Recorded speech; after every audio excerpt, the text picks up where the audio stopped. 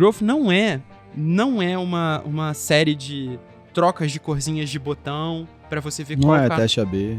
Cara, faz parte, teste AB faz parte, mas não é, o seu dia a dia não pode ser teste AB, isso, exato. Isso. Então, eu sempre olhei na Casa do Saber pro que fazia maior impacto pro negócio, assim. Então, que é receita, né? É receita, exato. Se você saca que a maturidade digital do lugar é baixa, por onde ele tá olhando o resultado. Então, quando a estrutura de dados é toda painel do Meta, painel do Google, só GA e o cara não tem mais nada além disso, você fala, opa, 2 passos pra trás.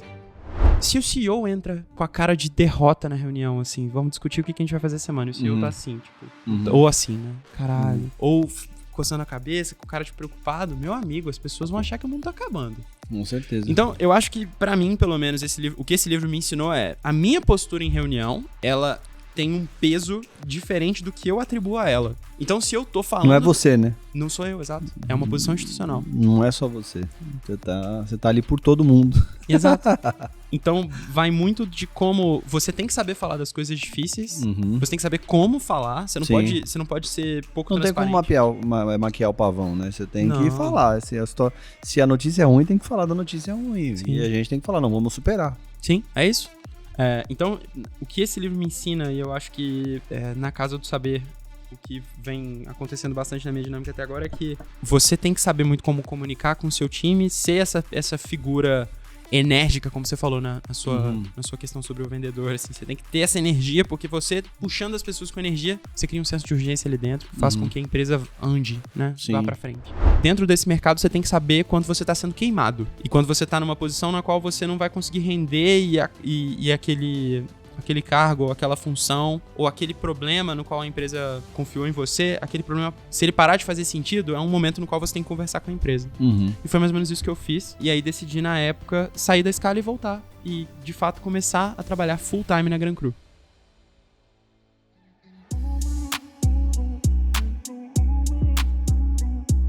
Olá, sejam muito bem-vindos ao AmplificaCast. E hoje nós estamos dando sequência na nossa temporada Liderando o Crescimento.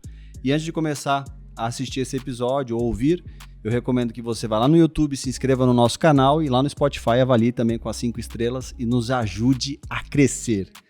E trazendo um convidado especial para essa nossa temporada de Líderes de Growth, eu trouxe o Marcelo Fazolato. Ele é CEO da Casa do Saber e ele tem apenas 29 anos. E ele já é CEO da Casa do Saber. Seja muito bem-vindo, Marcelo AmplificaCast. Muito obrigado pelo convite, é um prazer estar aqui contigo. Ah, que legal. E aí, conta pra nós, assim, a gente vai falar bastante de growth, de crescimento. Hoje você é CEO de uma empresa no setor da educação. Sim. De crescimento, né, exponencial, de gerar novos inscritos, novos assinantes. Mas antes de a gente começar a falar sobre isso, eu queria que você contasse um pouquinho da sua trajetória, onde você nasceu, como que você começou a sua carreira profissional, se logo quando você saiu da faculdade, já pensou na faculdade no marketing, depois já foi trabalhar com marketing, como é que foi isso aí? Eric, cara, foi uma lógica que eu primeiro, sou uma pessoa nascida em Além Paraíba. Além Paraíba é uma pequena cidade de Minas Gerais, 30 mil habitantes, fica ali no interior de Minas, perto do Rio de Janeiro. E Além Paraíba não tem faculdade, assim, a gente sempre, durante a vida, vai crescendo e pensando, vou para uma cidade próxima, grande, né, a cidade de Juiz de Fora, que é a cidade na qual eu fui fazer faculdade depois. Eu saí do meu ensino médio pensando que eu faria advocacia, assim, vou ser advogado, vai ser muito massa.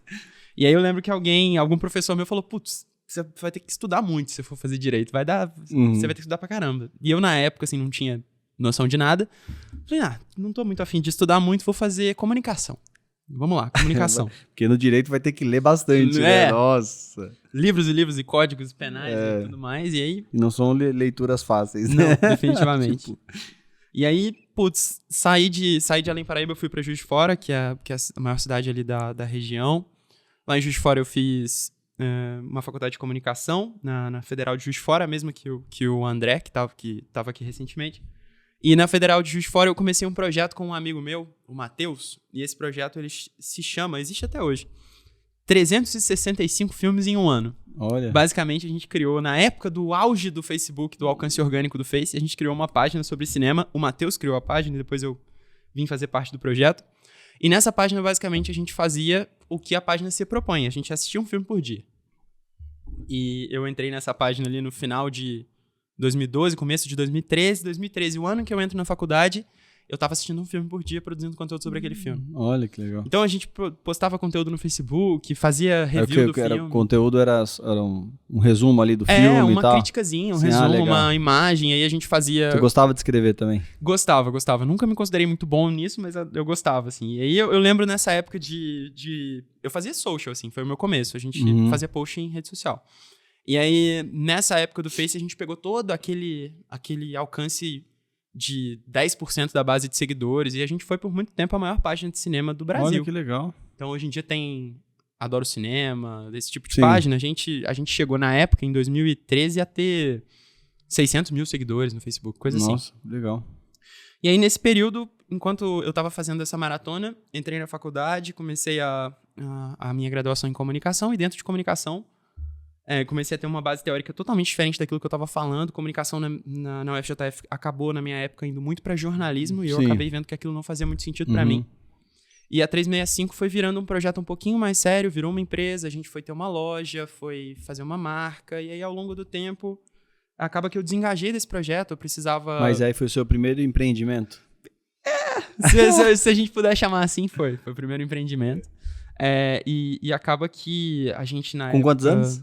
Cara, eu tinha 18. 18. E aí, saio da 365 porque eu tava precisando de grana, assim. Tava em outras cidades, meus pais me ajudavam bastante, faziam um trabalho brilhante em me ajudar a pagar aluguel, aquela coisa. Mas eu queria ter minha própria grana, assim. Sim. Então, em 2000... Queria dar ROI. Queria dar ROI. Perfeito, queria dar ROI, exato. Queria ligar pro meu pai e falar, pô, pode parar, tá de boa. Vou parar, tá de boa. E aí... Vou mandar pra você agora. Exato, vamos inverter isso aí. E aí, tipo... Eu saí da 365 fui começar a fazer bolsa, assim. Passei por aquela trajetória da faculdade na qual você vai fazendo extensão, bolsa e tal. E comecei também a fazer estágio. E aí eu já sabia fazer social. Comecei com social media. Em Juiz de Fora é um mercado publicitário mais tradicional, assim. E na época em que eu estava na faculdade, saindo da faculdade, as empresas estavam começando o processo de ter perfis em redes sociais. Então, cara, o meu começo de carreira, ali por volta de 2013, 14, 15, foi rede social, social media. O tradicional gestor do perfil da página. Das redes sociais. Exato. E aí, cara, é um mercado muito ingrato, assim, é uma das coisas mais difíceis de fazer em marketing digital, eu acho, social. Pra você se dedicar tempo, né, pra criar um conteúdo que engaja, criar roteiro, criar uma série de coisas, você precisa se dedicar tempo, né? E eu acho que o social é um bom lugar para começar, porque você aprende rápido o que dá certo ou não. Sim. Que até seu próprio criativo, né? As coisas, exato, o vídeo. Você cria arte que você vai ver que funciona e tal. Então, eu comecei aí, e aí comecei a estagiar em agência, assim, cuidando de... Aí você chega na agência e você pega 20 clientes, né? E aí cria editoria para cada um e por aí vai. E aí depois... eu cheguei em uma agência um pouquinho maior, lá em Juiz de Fora mesmo, a eMedia. E essa agência, ela tinha um produto que era como se fosse um produto de aquisição de alunos para faculdades. Então, como tem hoje em dia o Quero Bolsa, que é o maior, né? O Quero Bolsa, inclusive, foi para o Y Combinator 2 vezes, assim. É uma empresa muito, muito impressionante do ponto de vista de marketing digital. A Quero Bolsa, ela resolve um problema que instituições de ensino privadas têm, né? Que é ter salas muito grandes por conta das políticas governamentais do passado. E aí acabaram com uma vacância muito grande, né? Então, Quero Bolsa chega para essa faculdade e fala, vou te colocar um aluno aí dentro, quando você me paga... preencher essas cadeiras. Exato, exatamente. E aí eu trabalhava com uma empresa com um modelo semelhante ao Quero Bolsa, que chamava Tô de Bolsa, lá de Juiz de Fora. E aí eu assumi essa empresa ali no final de... Você vê que as coisas já foram, fazendo uma análise aqui, já foram tudo meio caminhando no início com a educação, né? Sim, faz sentido. Lá atrás as coisas foram já te guiando, o universo foi te guiando já pro setor da educação, né? Foi. É legal ver desse jeito. Eu nunca tinha pensado assim. Mas sim. E aí, cara, nessa época, assim, eu tava saindo da faculdade e eu tava pensando o que eu queria fazer na minha vida. E eu lembro que na época eu tinha vontade de sair de Juiz de Fora, mas não sabia muito bem pra onde. E aí acabei minha faculdade, tava nessa empresa. Olhei pro Rio de Janeiro via SPM lá. Putz, maior faculdade de marketing do Brasil, assim, seria um negócio inacreditável fazer pós-graduação lá. Eu sou uma das primeiras pessoas da minha família a ter graduação. A minha mãe e a minha madrinha tiveram, assim, então...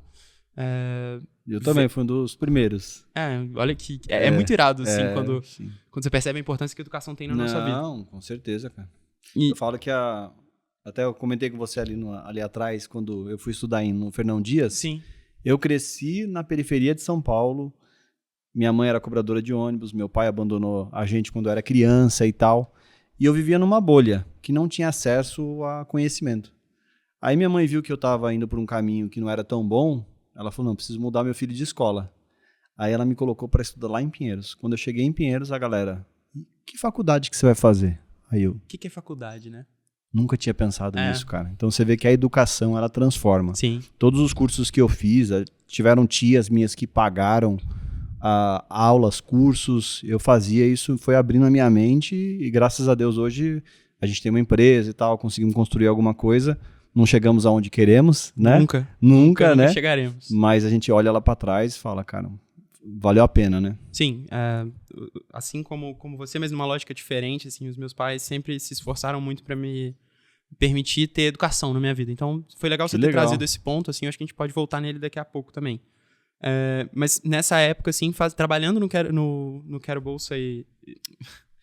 trabalhando no Tô de Bolsa, que era parecido com o Quero Bolsa, eu comecei a olhar, quero fazer pós-graduação, vamos fazer pós-graduação no Rio. Uhum. E, cara, era uma grana, assim, até hoje. Hoje é bizarramente mais caro ainda, mas era uma grana, assim, era tipo 20 salários meus na época. Eu só fiz pós-graduação porque a empresa que eu trabalhava pagou. Investiram em mim. Investiram em mim. Tem que ser dessa forma, né? Eu fiquei lá 12 anos. 12 anos. 12 anos, na minha última função, antes de abrir a Amplifica Digital. Ah, pode crer. Pô, muito massa a empresa que tem essa política educacional bem colocada. Uhum. Eu olhei pra aquilo e falei, cara, preciso fazer isso daqui de algum jeito. Na época, era tipo 20 mil reais, assim, a pós-graduação. E aí eu lembro de ver como é que podia parcelar e tal, no boleto. Parcelava, tipo, em 36 no boleto vezes. E tal. E aí hoje em dia tem um pra valer, né? Exato. O André tá de olho na nossa conversa. Aqui, ó, falando nisso, vai sair, anterior a esse episódio, vai sair um episódio com o André, que é da Pra Valer, uma empresa que faz financiamento estudantil. Perfeito. Muito legal. É isso. A Pra Valer é uma das maiores desse segmento. Puta trabalho maneiro que eles fazem.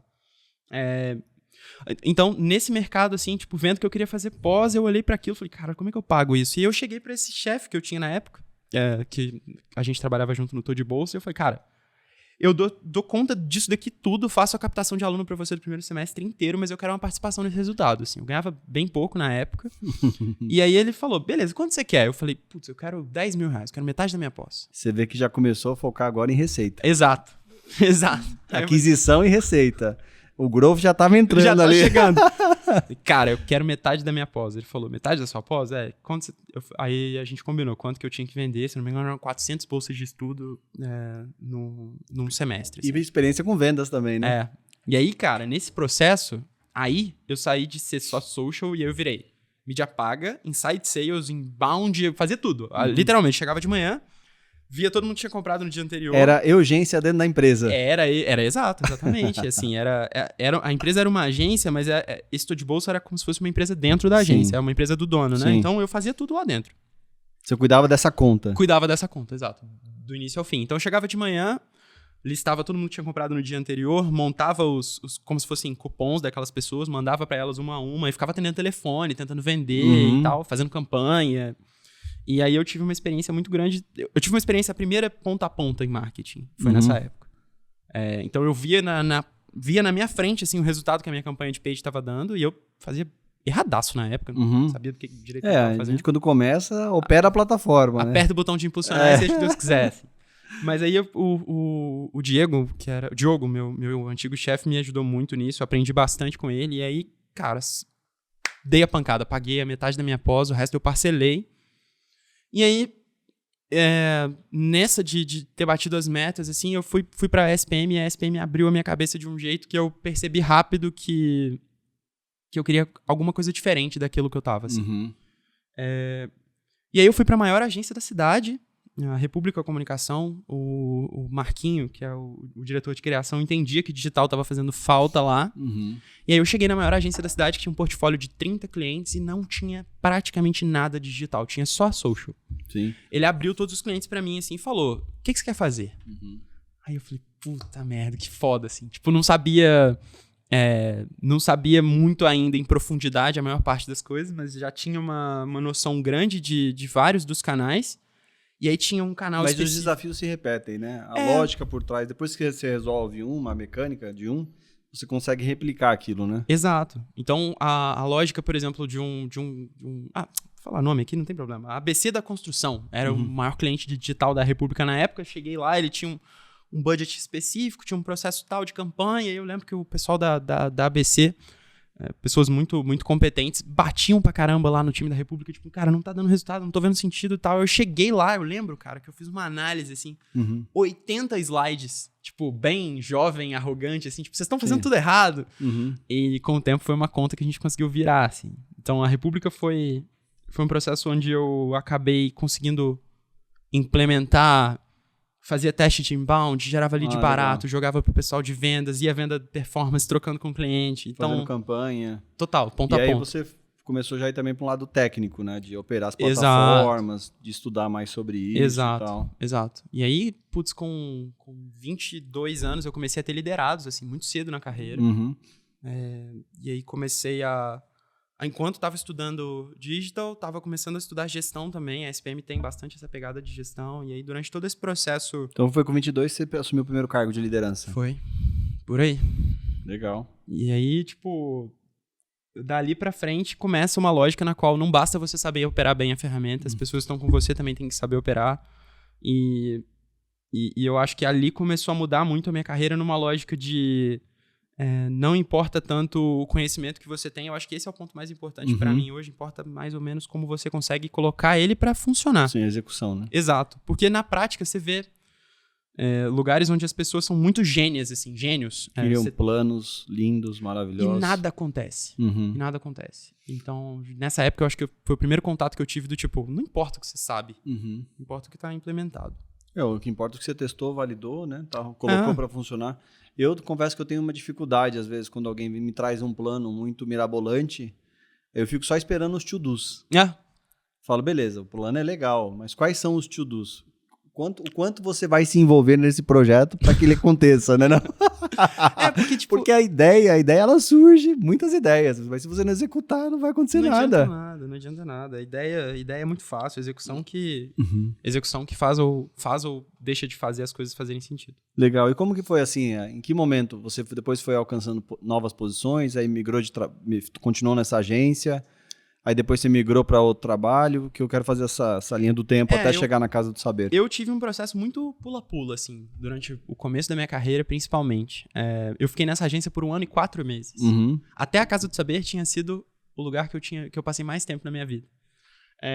E aí, nessa agência, eu comecei a... Cara, eu lembro que eu tinha clientes super legais, nos quais eu gerava lead para vender imóvel. No mercado imobiliário? Eu tinha clientes super interessantes, assim, empreendimento imobiliário. Tinha cliente de material de construção, e-commerce e tal. Tinha uns clientes maneiros, mas tinha uns clientes, assim, eu não queria mais impulsionar post de churrascaria, sabe? Sim, sim. Não fazia sentido para mim, naquele momento ali, ter uma limitação de dados, ter que... Não era mais ou menos impulsionar o que dava resultado, era impulsionar o que a pessoa achava que tinha que impulsionar. E eu fui me desengajando daquilo. E aí, nesse lugar, saindo dessa agência, eu fui para um veículo de comunicação que estava se encantando com o digital, assim, querendo ter um produto digital. E viram em mim uma pessoa para tocar um produto digital do início ao fim. E aí eu fiquei nesse produto por muito pouco tempo. Assim, fiquei 1 ano nesse lugar, nesse veículo. No meio desse processo, eu tirei as primeiras férias, assim. Até aí eu não tinha tirado férias. Foi tipo de trabalhar com freelas de 15 até meio de 19 sem tirar férias, assim. Uma graninha que sobrou depois que eu terminei de pagar a minha pós, eu fui tirar férias. Aí falei, caralho, pra onde que eu vou? Aí acabei indo pra Nova York, assim, passei uma semana. Legal. E aí, velho, assim, pra uma pessoa... Você deve ter tido essa experiência, assim. São Paulo traz muito isso também. Você é uma pessoa que tem uma realidade muito específica, de uma cidade pequena ou do... Nossa, quando você chega lá, né? Você tem... Cara... A cabeça expandiu de uma forma assim A primeira vez que eu cheguei lá em Nova York, eu chorei, cara. Eu também. Eu falei assim, eu olhei pro lado assim, falei pro meu tio, falei, cara, da onde eu vim, aonde eu estou, é um negócio surreal, né? Porque eu não sei se você teve essa... Você vê que o trabalho, ele produz resultado, né? Eu não sou a favor das pessoas terem emprego, sou a favor das pessoas terem trabalho, porque o trabalho é o que produz resultado. Pra você conquistar os sonhos, metas. Sim. E eu acho que viagens como essa ajudam a gente a reiniciar as perspectivas, né? Então, por exemplo... a mente se abre, né? Então... Exato. Você sabia que esse podcast, ele é da Amplifica Digital? Se você ainda não nos conhece, acesse o nosso site amplificadigital.com.br e lá você vai conhecer um pouco sobre o que a gente faz, os nossos serviços, o que a gente entrega para o mercado, para empresas de diferentes segmentos. Você também vai ter a oportunidade de conhecer o nosso portfólio, os nossos cases de sucesso. Você vai ter a oportunidade também de falar com um de nossos especialistas. Te convido a acessar agora amplificadigital.com.br e se você precisa de um parceiro estratégico para te ajudar nas ações de marketing digital B2B ou B2C, fale com a gente e agende uma reunião agora.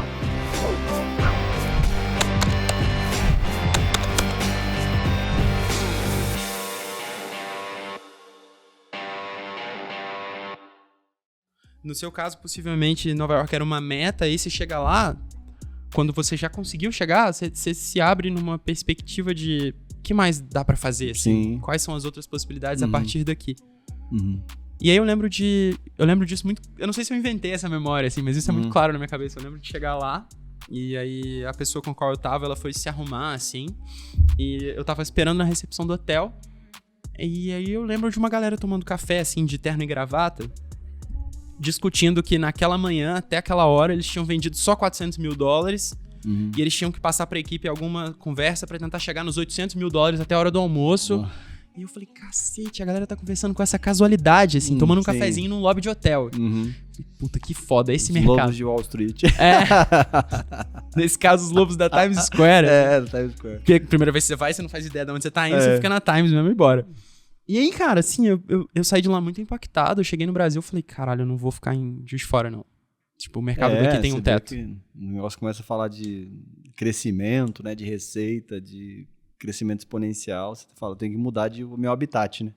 Eu tenho que ir pra onde os projetos são condizentes com pessoas que estão querendo atingir grandes coisas, talvez estejam antenados com coisas que estão acontecendo lá fora, talvez estejam antenados com boas práticas, estejam mais abertos a teste. E aí, cara, cheguei de fora, assim, desesperado pra sair.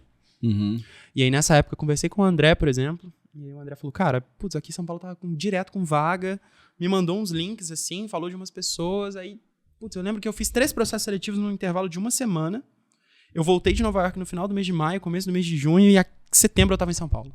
Foi muito rápido. Eu tava entre 3 empresas, assim, vai pra uma, vai pra outra e tal. Escolhi uma startup de fotografia, o Fotop, que é uma plataforma. Basicamente, ela oferece fotos de eventos esportivos para participantes. E mais recentemente, ela tava lá no Rock in Rio também. Então, a galera que foi no Rock in Rio tinha as fotos, assim, foi super legal. E, cara, eu lembro que eu cheguei no Fotop, assim, e a galera no escritório falava KPI de marketing, que eu, em Juiz de Fora, falando, o pessoal me olhava assim, tipo, o que você tá falando? Então, pra mim, foi um choque muito grande chegar aqui e a galera tá falando de churn, a galera tá falando de custo de aquisição de cliente, de CPL, de CTR, como se fossem um vocabulário comum, que querendo ou não, são, na nossa área, são termos comuns. Comum, né? E pelo menos na minha realidade até lá, não tinha sido. E aí comecei a ser responsável por aquisição de fotógrafo de um lado, venda de foto pro outro, aquisição de organizador de evento de um lado, assim, era um ambiente muito dinâmico, startup, assim, super legal, todo mundo perto. E aí bateu a pandemia. Nossa. E aí ninguém vai tirar mais foto. Pararam todos os eventos esportivos, assim, eu lembro. Na pandemia, eu perdi 60% de faturamento. A gente 60%. Já atendia o mercado imobiliário. Nossa. Ninguém estava comprando apartamento. Não, lógico. Não. A primeira coisa que as incorporadoras foram fazer foi cortar a verba de marketing. Lógico, exato.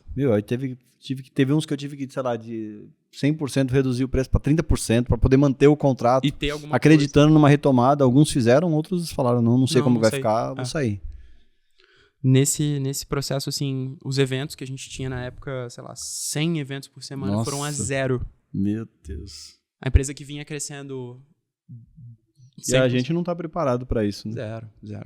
Você lê livro, tipo, a lógica do cisne negro, você tem que estar preparado para quando acontecer alguma coisa e tal. Aí no seu dia a dia, meu amigo, com 60 tarefas ali na sua mão, Sim. Quando acontece um negócio desse, você se assusta, assim. E aí muda um pouco as perspectivas. Uhum.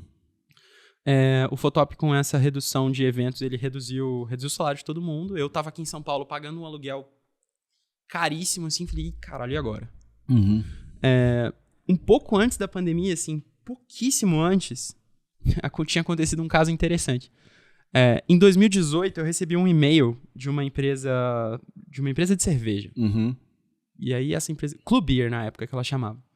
E essa empresa de cerveja me mandou um e-mail assim. E eu sou um cara que gosta muito de cerveja, mas eu gosto de um tipo específico de cerveja. Eu gosto de IPA, eu gosto de cerveja amarga. Uhum.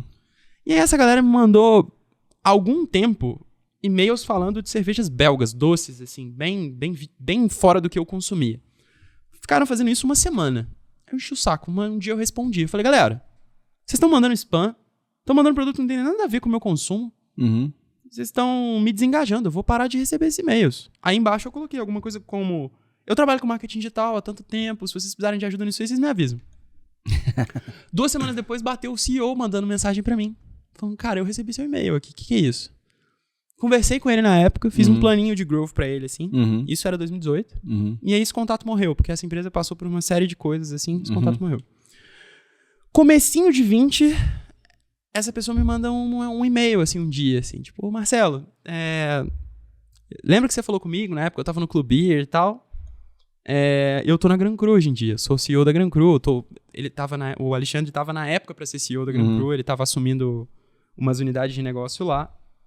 E aí, ao mesmo tempo em que o Fotop tinha me reduzido bastante o meu salário, eu precisei olhar pra fora, assim, e pegar freela e ver como é que eu ia pagar meu aluguel. O Alexandre me ligou e falou, cara, a Gran Cru tem uma assinatura de vinho e a gente, tá na pandemia, eu preciso crescer esse trem aqui. Vem cá. E aí eu peguei um projeto de digital com ele que era uma consultoria simples. Olhar pro digital dele, ver o que não tava legal e sugerir coisa. E aí nisso eu continuei com o Fotop, ao mesmo tempo que eu tava com esse freela com a Gran Cru. E aí com a Gran Cru comecei a subir campanha, fazer um teste, tentava vender um vinho específico, ver o que funcionava, tentava vender a assinatura de um jeito, do outro. Comecei a fazer um caralhado de teste. Falo bastante palavrão, Eric, já te peço. Testar as hipóteses. Testar as hipóteses, perfeito. E aí, vi o que dá certo, assim, fui tentando. E aí, um dia ele me ligou, falou, cara, olha só, eu tô gostando muito do seu trabalho, tá legal isso aí, mas eu quero que você full time com a gente, assim, acho que tá fazendo sentido. E aí... Porque o negócio cresce quando a gente se dedica, né?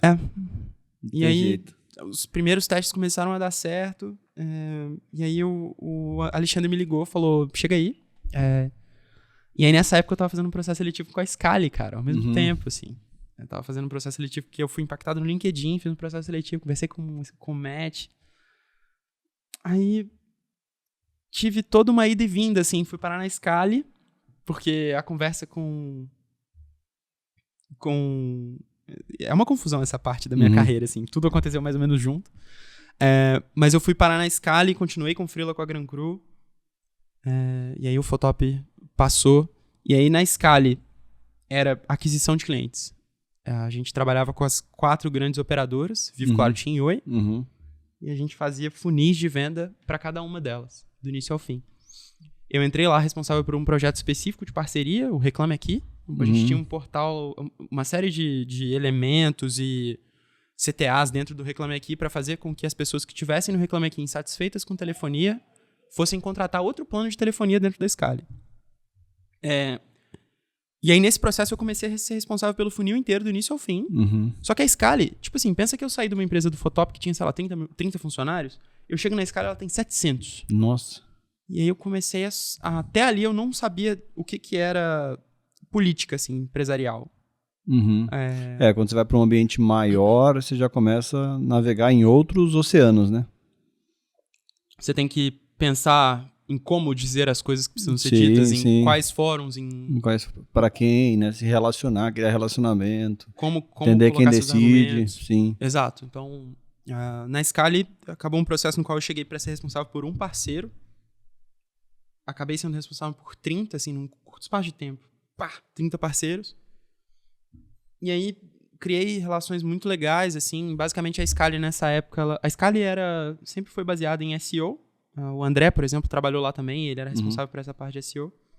Então, o jogo da Scali era pegar pessoas que estivessem procurando por coisas parecidas com alguma coisa de internet. Então, imagina o seguinte. Qual é a melhor internet para eu colocar no meu estúdio de podcast? Aí fazia o SEO para... Fazia um conteúdo lá dentro. Tal. A pessoa... Dentro desse conteúdo, ela via uma lista de opções. Cada opção dessa tinha um CTAzinho que você podia contratar ali na página. Legal. É um end-to-end que começa num conteúdo, SEO.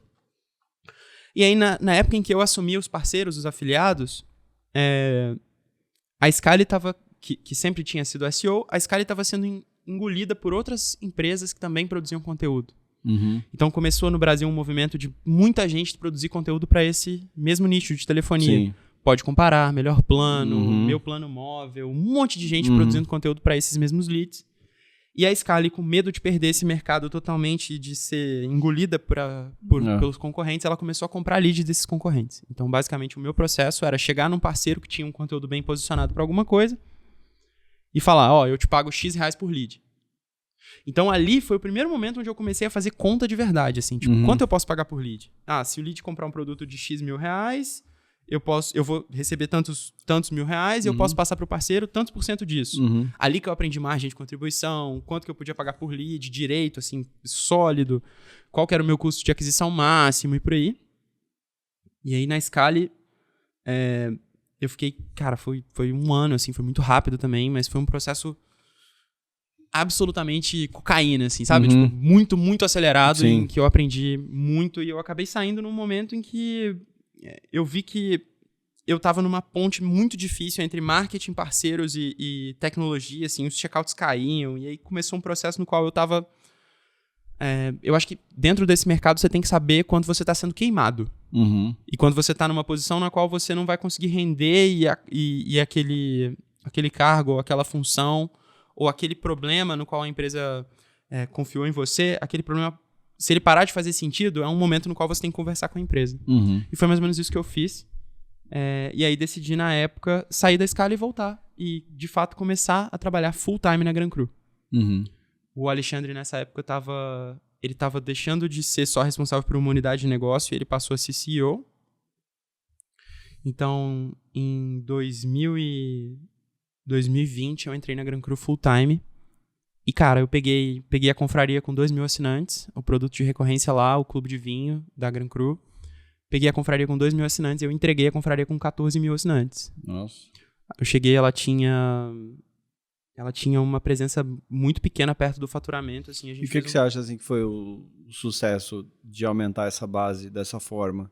Foram canais de mídia paga? Quais foram os canais que você se concentrava forças e que tiveram mais resultado? Cara, eu fiz muita mídia paga, fiz muita parceria. Eu tinha alguns influenciadores que me geravam muita receita, muito resultado. E a gente fez um processo no qual a gente estava, cara, feijão com arroz bem feito, basicamente. Entendíamos quais canais geravam as sessões mais baratas, que tinham uma melhor relação de taxa de conversão. A gente entendeu rápido quais eram esses canais. Quando veio a primeira ação promocional, eu montei um plano junto com o Alexandre. A gente fez isso acho que foi a Semana do Consumidor, assim. Eu sempre confundo porque é Semana do Consumidor, Semana do Cliente. Mas eu acho que era Semana do Consumidor de 21. A gente estruturou um plano bem grande, assim. Foi uma época que eu tive um budget que até ali eu nunca tinha tido. E aí, ele viu que a gente estava dando resultado antes disso. Pode falar o budget? Cara, era coisa de 2, 3 milhões, assim. Era uma grana bizarra. Uma grana muito grande pra algo que eu tava acostumado a ter, sei lá, 200 mil por mês. E ele chegou pra mim e falou, cara, olha só, vi que tá dando resultado. E a máquina funciona assim, né? Você coloca dinheiro de um lado, sai dinheiro do outro, então você fala, vamos aumentar o dinheiro aqui que vai sair mais do outro lado. Brinca aí. Aí eu falei, brinco aí. Porra. Aí tinha um parceiro nessa época que começou a fazer post orgânico, assim. Um dia eu entrei no meu Analytics, vi um blog, referência. Posso até falar um nome, a galera super gente boa, que eu tenho uma ótima relação até hoje, o pessoal do Passageiro de Primeira. Bateu no meu Analytics uma assinatura dessa galera, assim, do nada. Falei, o que é isso? Entrei no post, cara, e o cara, assim, é um blog de cartão de crédito, né? Sim. Então eles falam, putz, pega esse cartão e aí essa oferta tal daquele cartão vai te dar mais milha pra cá. Isso. pega aquele outro cartão e aí com esse cartão você tem aquele benefício. E eles estavam falando de uma parceria que a Gran Cru tinha com o Bradesco. E, cara, pingou uma assinatura no primeiro dia, no outro dia pingou 3, no outro dia pingou 4. Eu olhei pra aquilo e falei, hã? Cheguei pra ele. Ô, Ale. Aí tem a importância, né, de você analisar os dados, olhar o Analytics, configurar bem o seu Analytics. Cara, e eu costumo falar pra galera da casa, assim, o GA é um buraco negro de tempo. E de informação também. Você pode gastar o tempo que você quiser no GA. Você pode gastar 5 minutos todo dia, ou você pode gastar as suas 8 horas todo dia lá. E é bem comum você contratar uma pessoa mais júnior de marketing ou que tá começando nesse mercado e ela se ficar alucinada com o GA, assim, tipo, meu Deus, eu consigo ver quanto tempo de tela a pessoa de Além Paraíba tá gastando. E eu costumo dizer assim que na Casa do Saber, no tamanho que a gente tá agora e no momento do negócio, o GA ele tem pra gente 5 relatórios e a gente deveria olhar esses 5 e esses são os 5. Depois a gente vai ver depois que não... qual que é o tempo de uso tem pro tamanho de olhar tela. o que é relevante, né? Exato. É que nem consumir conteúdo, né? Você tem que consumir o que você vai usar. Ser útil pra você. Exato. E aí, nesse processo da Gran Cru, cara, eu lembro o pessoal aqui em São Paulo fazia peça de marketing e as campanhas de marketing custavam 400 mil reais, assim. Eu recebi, o budget chegou na minha mão e eu falei, cara, eu não vou gastar a maior parte com produção. Eu vou gastar a maior parte com execução de mídia. Que legal. E aí a Gran Cru ficava numa pira na época de colocar mídia em offline, out of home. Eu falei, o quê? Pandemia? Pessoal em casa, eu vou botar marketing de mídia off. Eu liguei pra um amigo lá de Juiz de Fora e falei, Arbex, eu preciso gravar uma campanha aqui. Eu tenho um budget restrito, assim. Me ajuda a gravar essa campanha no menor orçamento que você puder. Cara, eu fiz coisa que aqui em São Paulo ia ter custado 350 mil, eu fiz por 10. Gravei uma série de peças de mídia. Eu usei um formato de campanha que na época o YouTube se popularizou até com a Betina, que é aquele formato de vídeo que é um copy com uma ação no final. Cara, eu fiz aquilo antes da Semana do Consumidor, durante a Semana do Consumidor, e eu botei pra dentro, assim, tipo, 1.000 assinantes numa semana. Nossa. E o ticket médio é muito alto. O ticket da assinatura era, tipo, R$2.400 por ano. E, cara, putz, foi muito, muito, muito absurdo, assim, na época, ver qual que era o impacto da assinatura e como que a gente conseguia virar ponteiro melhorando a eficiência. Na prática foi isso. Não foi nenhuma ideia mirabolante. Isso aconteceu em março, mais ou menos, de 21. E aí, em junho de 21, a Casa do Saber apareceu na minha vida, assim. Eu fui indicado pra Casa do Saber. Você produziu um case anterior, depois foi pra Casa do Saber. Assim, tipo, foi mais ou menos isso, assim. Entregou o resultado, beleza, missão cumprida. Eu acho que a Gran Cru foi um aprendizado muito grande pra mim. Era uma empresa... Foi lá que você gerenciou sua maior verba? Depois das outras empresas que você trabalhou? Foi. Ah, legal. Cara, em teoria, foi a Scali, porque a Scali tinha verba ilimitada. Se você encontrasse um custo por lead de X, você podia investir quanto você quisesse. Sim.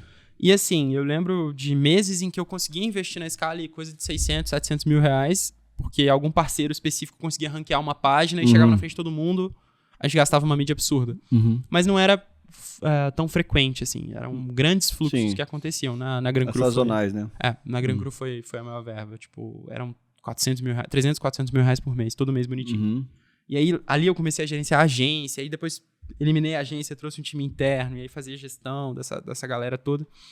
E aí, nesse processo da Gran Cru, a Gran Cru começou um papo de ser aquisicionada, né? A gente começou a entender que faria sentido para a Gran Cru ir para outra empresa. Foi um movimento que aconteceu um pouquinho depois, a Gran Cru foi comprada pela Evino. E naquele movimento eu entendi que ia mudar muito, muito a dinâmica do meu trabalho, ia mudar bastante a dinâmica do meu time. E eu tenho crenças muito fortes de como você deve gerenciar um time. Assim. Cultura, para mim, é uma coisa muito importante no dia a dia. E aí, quando eu comecei a ver que a cultura ia para um lado que não conversava com o que eu estava querendo, para mim e para minha equipe, eu levantei a orelhinha pro mercado, assim. E aí, um dia chegou no meu WhatsApp o Alexandre Max, que foi o meu CEO na casa, vindo através de uma indicação, assim. Esse cara do Fotop, lá de trás, o André, que é um grande amigo hoje em dia, citou o meu nome num grupo onde estavam sendo discutidos, assim, tipo, eu quero uma pessoa de de growth com pegada de tech, que seja muito com uma visão de dono muito grande e tal. E aí o meu nome apareceu numa conversa entre amigos, assim. E a Casa do Saber me chamou em junho de 21.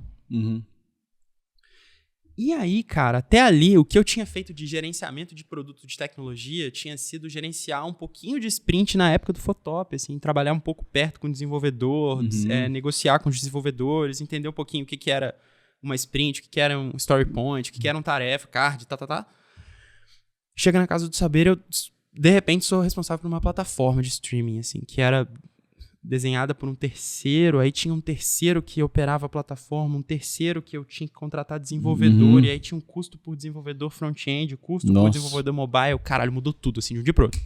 Mudou tudo. E aí, eu sempre gostei dessas coisas, assim, sempre gostei de uma certa camada de mudança, assim, de mudar um pouco as rotinas. Eu acho que pelo seu perfil, sempre o desafio te impulsionava a resolver os problemas, né? Os problemas apareciam, você enxergava aquilo como desafio, não enxergava aquilo como um problema, né? Tem profissional que enxerga o problema como um problema. Exato. Agarra ele. Só que você tem que ser ele tem que ser um degrau para você alcançar o próximo nível, né? Exato. Eu acho que até o André me chamou um tempo para falar num evento lá da Pra Valer. E aí eu citei algumas coisas falando sobre essa evolução em growth, né? Sobre como é que o profissional vai crescendo na carreira de growth. E aí eu fiz uma cadeia de responsabilidades, assim, tipo, que tipo de responsabilidade que o profissional júnior tem que ter, que tipo de responsabilidade que o coordenador tem que ter, o head, o executivo. O mapa de funções, né? Mais ou menos isso. Assim, de uma forma que eu consegui explicar numa palestra, né? E aí eu lembro de chegar numa etapa da conversa onde eu citei um livro do Ben Horowitz que chama O Lado Difícil das Situações Difíceis. Esse livro é muito bom. É muito foda. Eu li. Não, esse livro é um tapa na cara. É um tapa na cara. Meu, quando eu li esse livro, foi um tapa na cara. E eu acho que muda um pouco como você tem que levar a comunicação pro seu time, assim. Sim, fala bastante sobre isso, né? Exato. Sobre as problemáticas de você não falar também dos problemas. Ele falou que teve uma passagem do livro que ele fala que ele teve... quando ele passou por um problema muito grande, que a empresa ia fechar, né? Sim. Se continuasse naquele caminho... E ele, ao invés de ficar com um problema só pra ele compartilhou com o time. E ali, cara, ele falou que foram aparecendo pessoas que começaram a vestir a camisa, que começaram a se dedicar e tal. E eles conseguiram enfrentar aquilo. É isso. A solução, na maior parte das vezes, vem do time. Eu acho que o que esse livro me ensinou é que eu tenho uma reunião de caixa toda quarta. Eu começo minha quarta-feira, olho tudo o que aconteceu, e aí, 10 da manhã, eu sento com o meu financeiro e falo, e aí, como é que tá o caixa pra essa semana e pra próxima?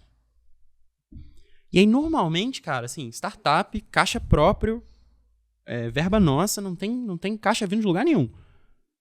A gente passa uns apertos, assim, tem que tirar caixa de um lado, puxar de um lado pro outro, negociar com o fornecedor, E, cara, assim, por muito tempo, logo depois da reunião de caixa, eu tinha uma reunião com o meu time de growth, onde a gente ia discutir o que ia fazer na semana, assim. O que a gente tinha mudado, o que a gente tinha decidido na segunda, como é que seria o resto da semana. E eu lembro de muitas vezes levar muita porrada nessa reunião de caixa e ela acabar com a minha energia, assim.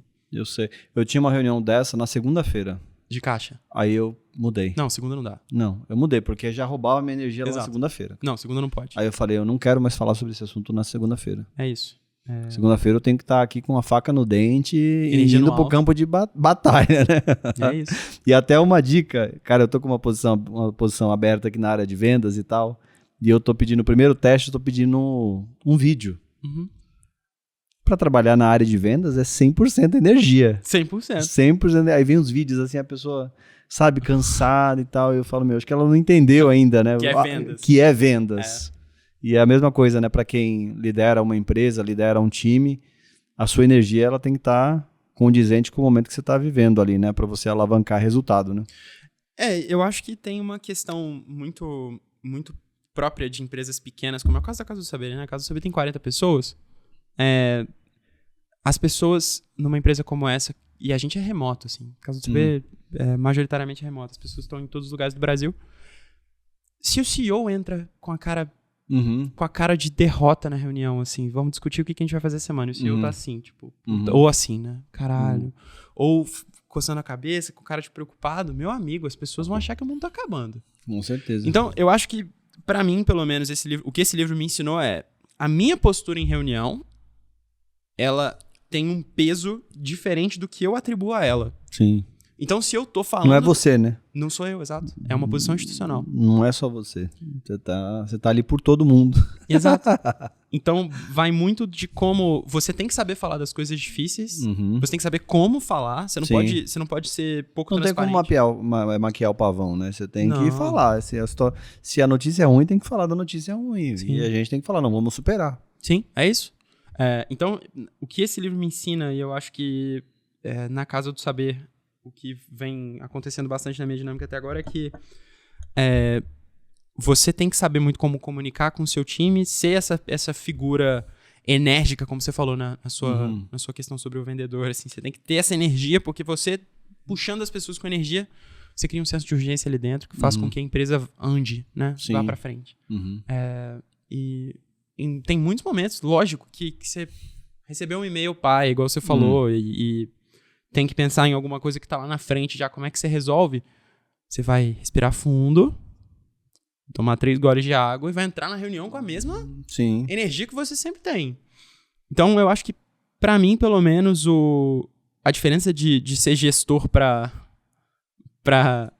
resolver uma taxa e resolver um problema específico de venda é mais como você tá transmitindo aquilo pras pessoas, né? Então, o meu problema hoje em dia é mais puxar todo mundo junto. É verdade, todo mundo pro mesmo caminho. E você começou lá na área de growth, na Casa do Saber, e você, em algum momento, se tornou CEO. Isso. Como que foi essa mudança, assim? Por qual motivo aconteceu essa mudança? Cara, é uma pergunta boa, assim. Eu vou primeiro explicar da minha perspectiva sobre a área, assim. Eu sou professor de marketing digital, eu dei aula de growth há muito tempo. Eu adoro dar aula de growth e é, pra mim, a disciplina mais querida, assim. E ao mesmo tempo, quando a gente gosta muito de uma área, você vê... Eu, pelo menos, eu fico chateado com o que acontece com ela no mercado. Growth não é uma série de trocas de corzinhas de botão pra você ver qual... Não é teste AB. Cara, faz parte, teste AB faz parte, mas não é, o seu dia a dia não pode ser teste AB, isso, exato. Isso. Então, eu sempre olhei na Casa do Saber pro que fazia maior impacto pro negócio, assim. Então, que é receita, né? É receita, exato. E a gente conversou um pouco antes aqui atrás, mas eu acho que eu posso abrir isso contigo e falar um pouco sobre isso pra explicar a minha mudança. Eu tinha na minha posição de growth na casa, eu tinha toda a área de growth, que na época era eu e mais 2 pessoas. E eu tinha também toda a área de tecnologia, que também na época era eu e mais 2 pessoas. Era assim, era uma equipe muito pequenininha. E a gente era responsável pela aquisição de todo mundo que fazia assinatura da plataforma. Eu cheguei em 21 e a gente tinha, sei lá, 200 assinantes. Era um negócio assim, muito pequenininho, a gente não conseguia olhar direito quantos assinantes tinha, era um negócio super complicado. E aí, depois eu descobri que eu tinha 2.000, assim, porque tava numa base pra lá, pra cá, enfim, caos de dados. Sempre tem.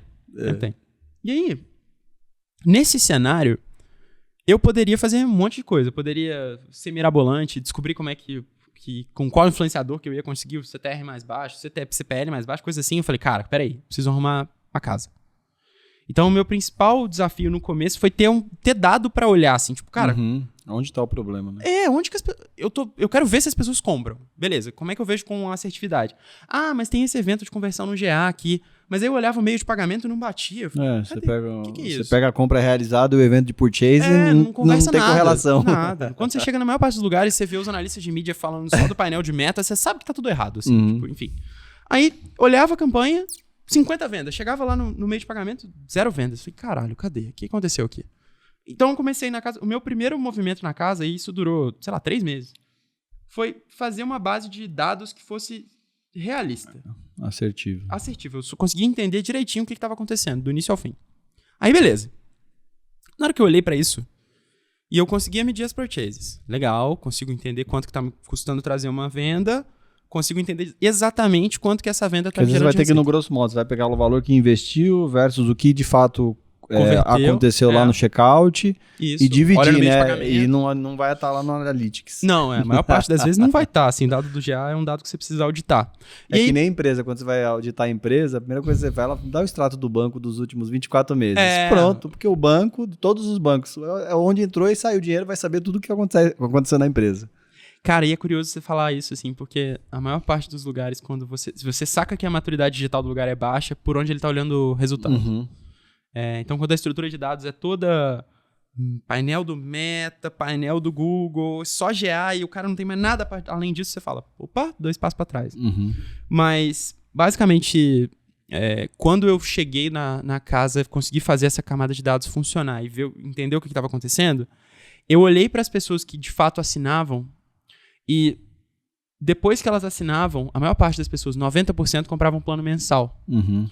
E dessas pessoas, eu começava a ter problemas de cobrança já no 3º mês. Então, a pessoa no 3º mês, eu já não estava conseguindo cobrar 50% das pessoas. E naquela era uma venda mensal. Venda mensal, a maior parte. Eu olhei aquilo e falei, hã? Tá maluco? Eu tô gastando tudo isso daqui pra fazer com que a pessoa fique 3 meses só. Porque ela tem problema depois, né? A gente tem... Como a gente trabalha com recorrência, e a maior parte dos negócios de recorrência são negócios nos quais você tem que cobrar através de um adquirente, você cobra o cliente e nem sempre ele vai deixar de ser cobrado porque ele não quer. A maior parte das vezes, inclusive, quando a gente não consegue fazer uma cobrança, é uma falha transacional, é uma falha do banco. O banco não permitiu que você cobre aquele cliente. Então, eu olhei para aquilo, falei, cara, eu não vou perder tempo nenhum em fazer teste de nada. Eu só tirei o plano mensal. Só tirei, pá, derrubei o plano mensal. E ficou só com o anual. Só fiquei com o anual. Eu fazia algo em torno de 15 vendas por dia, foi pra 5, assim, pá. Só que o meu plano anual era 8 vezes a receita do plano mensal. E eu cobrava o ano inteiro da pessoa na hora que ela assinava. Já recebia... Não caía tudo na hora, né? Mas porque a maior parte das pessoas pagavam parcelado, 12 vezes. Mas lá na adquirente, lá na época a gente usava Stone. Na Stone, o dinheiro tava lá. Eu podia antecipar essa grana. Então eu olhei para aquilo e falei, cara, por que eu tô dando falha todo mês no cliente se eu posso só vender plano anual? E aí é meio contraintuitivo isso, porque você pensa, vou vender menos. E aí como é que é assim, você entrou para assumir o marketing, só que você teve que olhar, né? Você teve que olhar os dados, ver aonde estava o problema, analisar a receita, analisar os gaps. Então precisou também ter conversas com o time ali do financeiro para saber o que estava acontecendo, uma série de coisas, né? Sim. Eu entrei numa posição executiva de head de growth de tecnologia. Eu era responsável pelas duas coisas. E aí eu tinha trocas com... Lá tinha growth e marketing, né? Eram áreas irmãs, assim. A gente éramos pares. E aí eu tinha trocas tanto com a galera de financeiro, a galera de conteúdo e curadoria, que são as pessoas que criam os conteúdos da casa, e a galera de marketing. A gente trocava todo mundo como uma unidade, assim. E aí, o pessoal tinha muito medo, por exemplo, de ser só plano anual, de restringir muito o público. E aí eu fiz uma conta e falei, galera, olha só. Se a gente ficar vendendo plano mensal falhando desse jeito, daqui a um ano, por conta da quantidade de falha que eu tenho, eu vou ter investido R$500 mil para trazer assinantes, eu vou ter feito... Você gasta pra caramba pra trazer o assinante e o cara não continua. Exato, eu vou ter feito 1 milhão de receita, beleza, fez 2 vezes, mas a minha base vai estar do mesmo jeito e eu vou ter que começar tudo de novo no mês que vem. Eu olhei pra aquilo e falei, cara, eu não quero esse jogo. Eu vou mudar pra anual. A gente tirou do checkout. E aí eu aprovei com o financeiro falou, você tá maluco, Marcelo? A gente vai ter que fazer antecipação de recebíveis. Aí eu, que porra é antecipação de recebíveis? Não faço ideia. Pegar o boleto, jogar pra frente. Eu não faço ideia. O banco compra o seu boleto. Isso aí. A sua nota. E aí, cara, na minha experiência como growth é isso, assim, tipo, qual o termo aí? Antecipação de recebíveis. Vai pesquisar, sei lá, o que é isso. Sim, tem que resolver. Aí, tem que resolver, exato. E aí, a gente virou. Eu entrei na Black Friday de 21 só vendendo plano anual. Eu coloquei 2 mil assinantes pra dentro na Black de 2021. 2 mil? 2 mil. Foi de 2 mil pra 4 mil. Nossa. Coloquei 2 mil assinantes pra dentro na Black de 2021, capturei toda a receita deles, antecipei no banco. Como é que foi essa ação de Black? Cara, 50% de desconto, assim. Na lata. Simples, não tinha base de lead, não tinha nada. A gente só botou 50% de desconto, subiu no Instagram. Igual gerou o cupom lá. Não, botou o preço no checkout mesmo, não tinha nada, assim. A pessoa só chegava, já via 50% de desconto.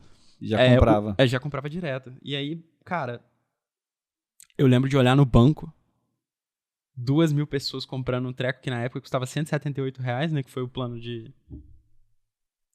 que a gente colocou na Black. Apareceu no banco uma receita que eu nunca tinha tido, assim. Eu olhei pro antigo CEO, o Max, e falei, cara, olha isso aqui.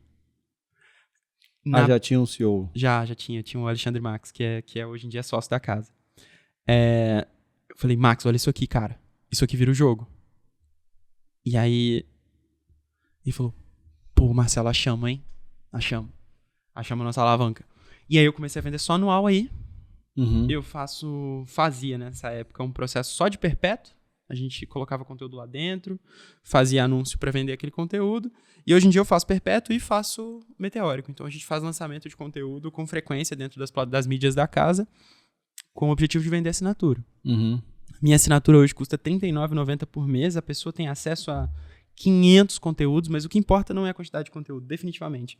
Importa que a pessoa vai passar por fases difíceis da vida dela e vai ter um lugar para recorrer. Então, o assinante da Casa do Saber, ele terminou um relacionamento, ele tem um conteúdo que ajuda ele nisso. Ele acabou de assumir uma posição de liderança, como rolou comigo, por exemplo, ele tem um conteúdo que vai ajudar ele nisso. Ele tá questionando por que ele levanta da cama de manhã, ele tem um conteúdo lá que ajuda ele nisso.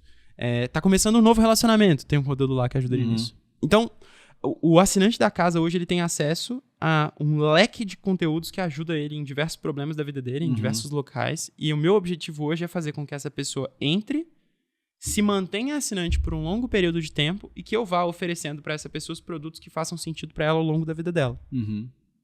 Então, hoje em dia, mais da metade dos meus assinantes renovam a assinatura ano após ano. Eles continuam com a gente. E aí eu vou fazendo um processo no qual eu vou trazendo mais gente e diversificando também a oferta de produtos. Por que eu acho que o caminho... Até uma conversa que eu tive com o André achava que pessoas que tinham um cargo de CEO eram apenas financeiros. E aí ele falou, cara, eu nunca vi uma pessoa de marketing como CEO. Eu falei, cara, o growth é a camada de marketing que está mais perto da área de negócio. Não tem jeito. De resultado, receita. Exato. O profissional de growth, ele nunca está alocado como despesa. O profissional de growth sempre tem que estar alocado como gerador de receita. Então, se você pensa na carreira de marketing como uma pirâmide na qual aqui embaixo estão as pessoas que estão mais longe da receita e aqui em cima estão as pessoas que estão mais perto, o profissional de growth é a pessoa que está mais perto da geração de receita. E estar mais perto da área da geração de receita te coloca muito perto da cadeira executiva. Com certeza. Porque, obviamente... É que você está fazendo ações que vai mudar o ponteiro. Eu estava vendo um vídeo daquele Flávio Augusto. Sim. E ele estava falou, o CEO ele tem que se concentrar em atividades que mexem o ponteiro. Coisa mais importante.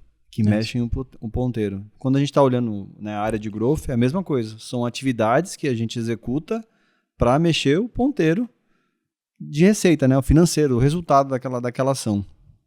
Eu costumo dizer que a área de growth não é uma área de estabilidade. Não é.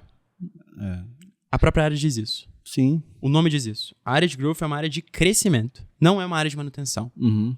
Então, o profissional de growth tem que ser aquela pessoa que ela olha o que ela está fazendo todo dia e ela tem que, todo dia, pensar o que ela poderia fazer um pouquinho melhor do que aquilo que está fazendo e questionar as próprias atividades do tipo, porra, por que...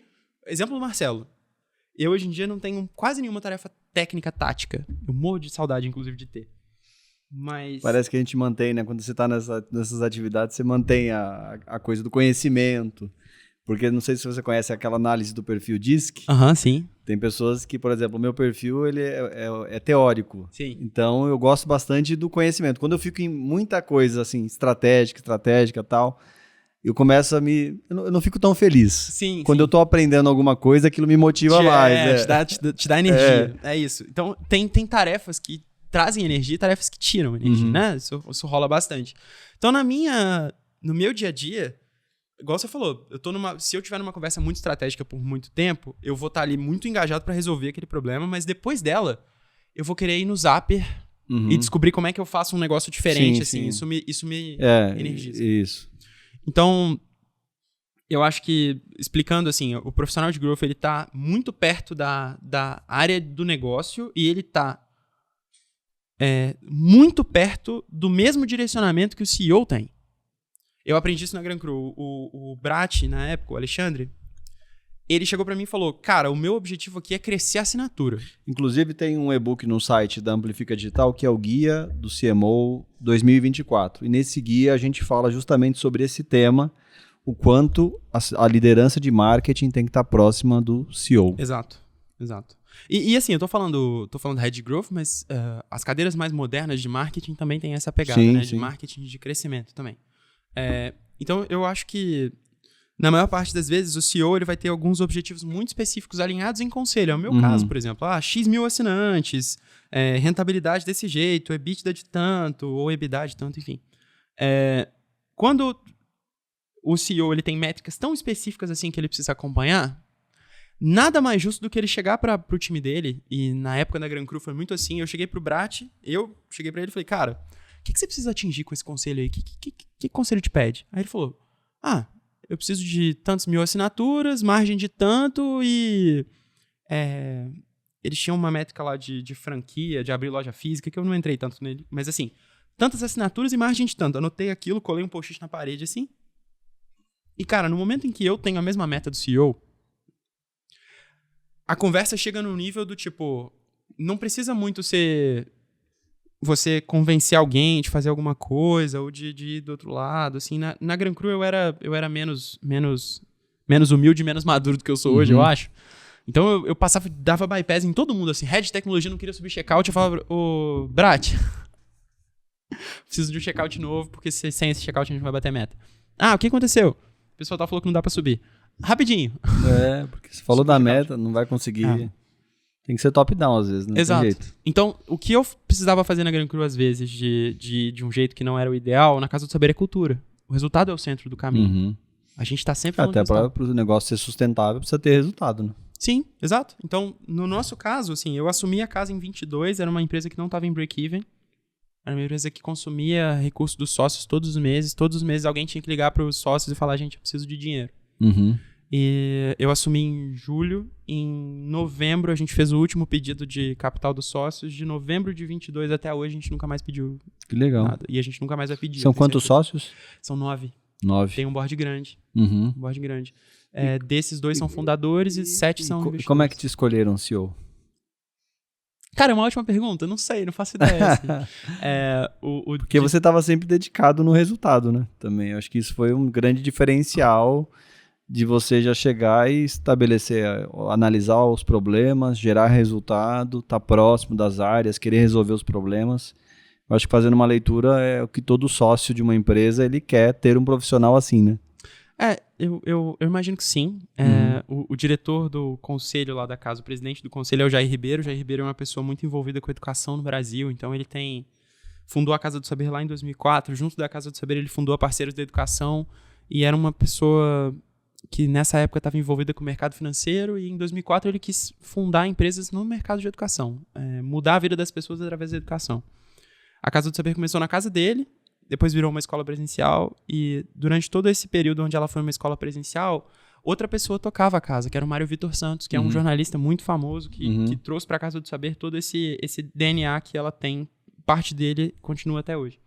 Mas eu acho que quando eu comecei a trocar com o Jair ali em 2021 e a gente discutia o produto, discutia os caminhos, eu acho que eu sempre mostrei para ele esse incômodo. Tipo... eu lembro de uma vez que ele ficou enchendo meu saco pra fazer um curso de a história do futebol no Brasil, assim. E aí eu ficava discutindo com ele. Mas o quanto isso vai, né, me ajudar na minha meta. Isso vai gerar. Eu lembro que eu pilhei com ele. Falei, você tá querendo me matar? Porra, não vai dar resultado nenhum isso aí. Aí ele falou, calma, cara. Você tá igual eu quando era mais novo, assim. E aí eu acho que ali, em trocas como essa, ele foi entendendo que eu tava muito, muito comprado. Né? E eu acho que nesse momento, quando o Max acabou indo para outra parada, a gente já tinha até certo ponto me preparado para essa cadeira, e aí quando a cadeira vagou, eu era a pessoa que mais fazia sentido para ela. E a Casa do Saber me mudou de perspectiva, assim. Eu vejo que, enquanto eu te falei de vários lugares em curto espaço de tempo, assim, eu tô na casa já faz 3 anos, cara. E 3 anos e meio, praticamente. E eu vejo a casa como um projeto de 10 anos, sabe? E eu acho que é um setor, né, super promissor, né, da educação, né? Público, uma audiência muito grande que pode ser construída, o que já tem, né, já deve ter uma audiência relevante, mas tem ainda muito mais para alcançar, né?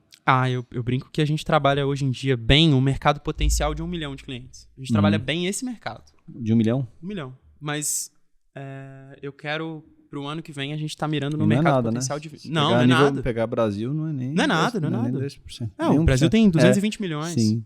Então, o mercado que a gente vai trabalhar pro ano que vem é um mercado de 20 milhões. Vamos ver se a gente vai trabalhar ele bem. Mas o meu crescimento, a minha alavanca de growth para 2025 é mudar o tamanho do mercado que eu tô E trabalhando. o que você acha, assim, que é a gente está chegando no final do AmplificaCast, mas o que você acha que é a receita para atingir esse objetivo? De olhar, você está olhando o mercado de 1 milhão de clientes para 20 milhões de clientes.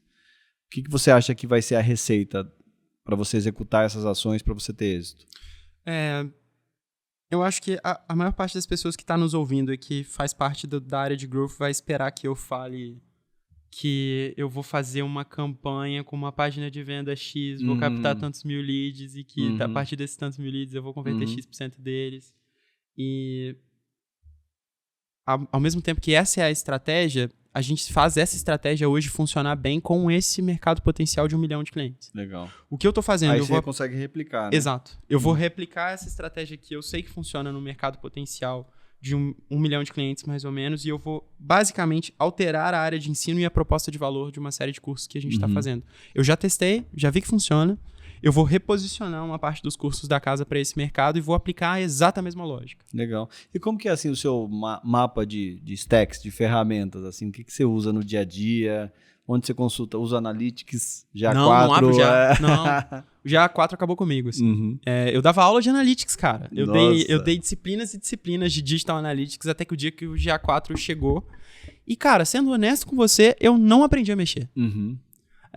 Hoje, na minha posição, eu tenho uma... Eu estudo bastante o tema. Você estuda muito? Eu estudo. Mas você consegue desenrolar nele, assim? Eu consigo criar algumas coisas. Inclusive, ajudo alguns clientes com consultoria na parte do GA. Do GA. Eu desisti, cara. Desisti. Eu acho que, no meu caso, assim, se eu investir tempo aprendendo GA4, eu tô agora deixando... tem aquele negócio de cookie do terceiro, aí tem aquelas coisas, uma série de coisas agora. Assim, a minha posição é tá ligado nisso, saber que essas discussões estão acontecendo. Né? Até porque você é do marketing, né? Mas eu não posso... Se eu perder tempo pra saber onde que no GA4 eu vou pegar o relatório de consumo de conteúdo, já era. Tô deixando de fazer alguma coisa. Assim, mas hoje, assim, por exemplo, o que você olha? Você falou que toda quarta-feira você tem a reunião de fluxo de caixa. De fluxo de caixa. Mas, assim, como que você acompanha esses resultados? Você tem um BI? Tenho. Eu tenho... A primeira Porque a plataforma que vocês têm hoje, vocês desenvolveram, né? Proprietária, total. Então, a primeira contratação que eu fiz para um time de growth foi uma pessoa de BI. Foi a primeira pessoa que eu trouxe. Trouxe o Gabriel lá de BH, que eu tinha trabalhado numa agência junto... ele trabalhava numa agência, eu tinha dado consultoria para essa agência, ele saiu da empresa, estava num lugar que não estava curtindo, eu trouxe ele para dentro. Então, a gente fez a estrutura de dados da casa toda desde 2021. Desde o primeiro mês em que eu entrei, eu tinha uma pessoa de dados do meu lado. A gente fez um data lake muito simples e a gente consulta esse data lake usando uma plataforma chamada Grafana, que é gratuito. Não, Grafana, gratuito. Eu tenho, através do Grafana, uma série de dashboards que eu consigo acompanhar a maior parte dos indicadores da casa. Então, indicador de quanto está vendendo, qual produto está vendendo, qual cupom que está gerando resultado, qual campanha de marketing, quais canais, se esses leads estão entrando agora e comprando, ou se era gente da base. Eu tenho todo o controle dessas métricas e eu olho elas diariamente. Eu uso aquele fixar do Chrome que... Sim, já abre a primeira coisa. Uma das minhas janelas tá sempre com as dashboards abertas. E aí, além disso, eu olho os relatórios financeiros, os resumos que eu recebo de diversos canais, assim, então um resumo do Growth, tem um resumo do financeiro, um resumo do banco. E, cara, eu não olho GA... Assim, eu olho GA em alguma reunião que alguém pede uma ajuda e eu lembro como funciona, eu falo, abre aí, vai no tal lugar. Mas GA não faz parte mais da minha realidade. Assim. Que legal. Não faz. Eu sinto falta, sendo honesto contigo, o que faz parte da minha realidade hoje em dia, porque eu gosto, não porque eu preciso... anúncio. Eu gosto de entrar na ferramenta e ver o que o pessoal tá fazendo. Eu também gosto. É muito legal. Eu gosto de mexer LinkedIn Ads, Google Ads, Meta Ads, TikTok Ads. Eu gosto de mexer. Tem uns anúncios eu gosto. Não é eu tenho gente para fazer, mas eu gosto de fazer porque isso me envolve resultado, envolve receita, isso também me motiva. Eu acho que é uma das partes mais legais de mídia digital. Eu acho que eu confio muito na pessoa que tá fazendo agora, na Estelinha. A Estelinha foi minha aluna na SPM e trabalha comigo hoje na casa. Confio muito nela, mas eu gosto de dar uma olhadinha, assim, de vez em quando. Deixa eu lá dar uma olhada, ver o que tá acontecendo aqui. Vamos olhar as campanhas. Ver o que tá isso, assim, é uma energia legal, assim. Legal. Marcelo, muito bom esse episódio com você. Se você tá escutando aí o AmplificaCast no YouTube ou no Spotify, mais uma vez eu te convido a se inscrever no nosso canal, dar o seu joinha lá no YouTube e também no Spotify, as 5 estrelas para poder avaliar o AmplificaCast e ajudar a gente a alcançar mais pessoas. E compartilha também esse episódio com mais pessoas. Marcelo, nós vamos encerrar aqui o nosso AmplificaCast. Gostaria que você deixasse aí as suas redes sociais, como que as pessoas podem fazer para te localizar, para mandar mensagem. Cara, eu sou uma pessoa muito pouco presente em redes sociais hoje em dia, assim, tenho uma presença muito limitada, produzo zero conteúdo, mas o meu Instagram é marcelo.asti, A-S-T-Y, e o meu LinkedIn é Marcelo Fazolato Asti, igual você apresentou, e vai estar na descrição do episódio, igualzinho. Confesso que eu produzo muito pouco conteúdo, muito menos do que eu gostaria. Eu ainda tô no movimento de voltar para a sala de aula, que é uma das coisas que eu mais gosto de fazer. Então, me sigam, porque em breve talvez tenha alguma coisa aí. Vai ter novidades. É isso aí. Pessoal, muito obrigado. Fiquem ligados. Até o próximo AmplificaCast. Tchau.